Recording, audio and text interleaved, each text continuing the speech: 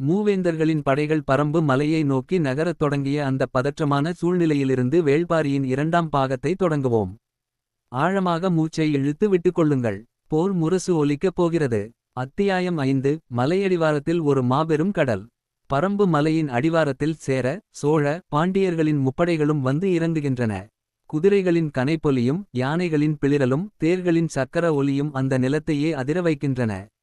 மூவேந்தர்களின் கூடாரங்கள் பல மைல் தூரத்திற்கு ஒரு பெரிய நகரத்தைப் போல முளைக்கின்றன. கீழே சமவெளியில் ஆளும் அந்த பேரரசர்களின் ஆணவத்திற்கு அளவே இல்லை. ஒரு சிறிய மலை, ஒரு சாதாரண காட்டுவாசி தலைவன். இவனை அழிக்கவா நாம் மூவரும் வந்தோம்?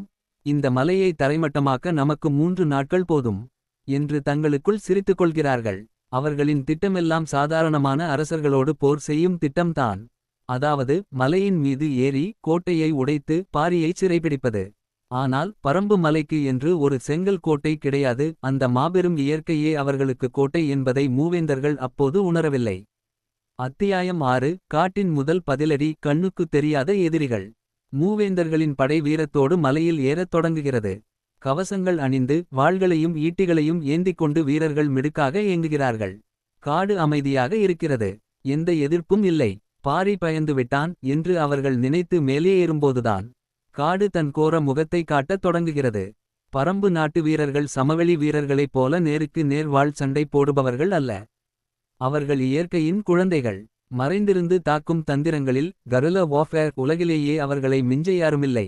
திடீரென மரக்கிளைகளில் இருந்து கொத்து கொத்தாக பெரிய பெரிய பாறைகள் உருண்டு வருகின்றன. எங்கிருந்து அம்புகள் வருகின்றன என்றே தெரியவில்லை. ஒவ்வொரு மரத்திற்கு பின்னாலும் ஒவ்வொரு புதருக்கு பின்னாலும் ஒரு பறம்பு வீரன் ஒட்டிக்கொண்டிருக்கிறான். சமவெளி வீரர்களுக்கு காட்டின் பாதைகள் தெரியாது. அவர்கள் கால் வைக்கும் இடமெல்லாம் பொறிகள் டிராப்ஸ் வைக்கப்பட்டுள்ளன. குழிகளில் விழுந்தும் பாறைகளில் நசுங்கியும் மூவேந்தர்களின் பெரும் படை சருகை போல உதிரத் தொடங்குகிறது. அத்தியாயம் 7. தேக்கனும் இருளின் வேட்டையும். பாரி இந்த போரை நேராக நின்று வழிநடத்தவில்லை.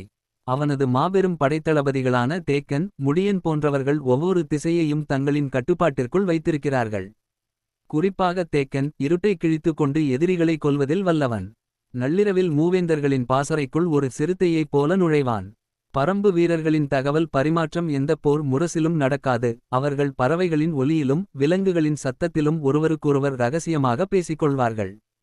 ஒரு மரத்திலிருந்து ஆந்தை கத்தினால் அது வெறும் ஆந்தை அல்ல, ஒரு பறம்பு வீரன் அடுத்த வீரனுக்கு கொடுக்கும் சிக்னல்.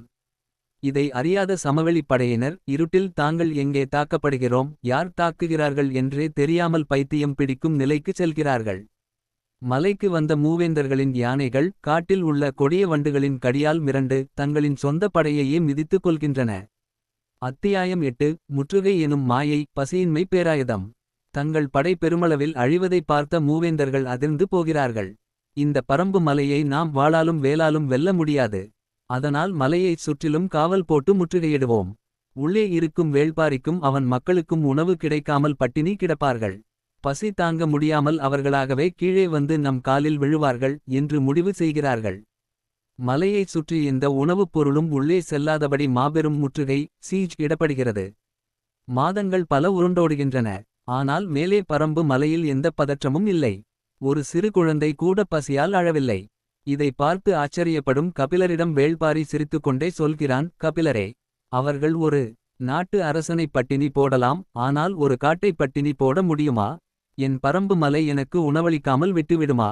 ஆம், மூவேந்தர்களின் முற்றுகை அந்த மலையிடம் தோற்றுப் போனது.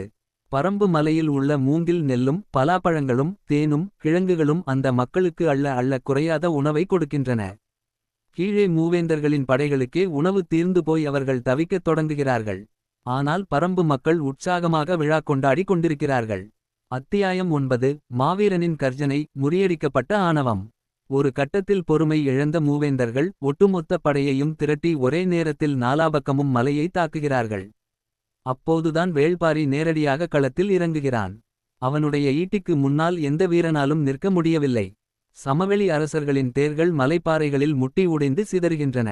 இயற்கையையும் வேள்பாரியின் வீரத்தையும் எதிர்த்து மூவேந்தர்களின் ஒட்டுமொத்த பலமும் தவிடுபொடியாகிறது. 3 பெரும்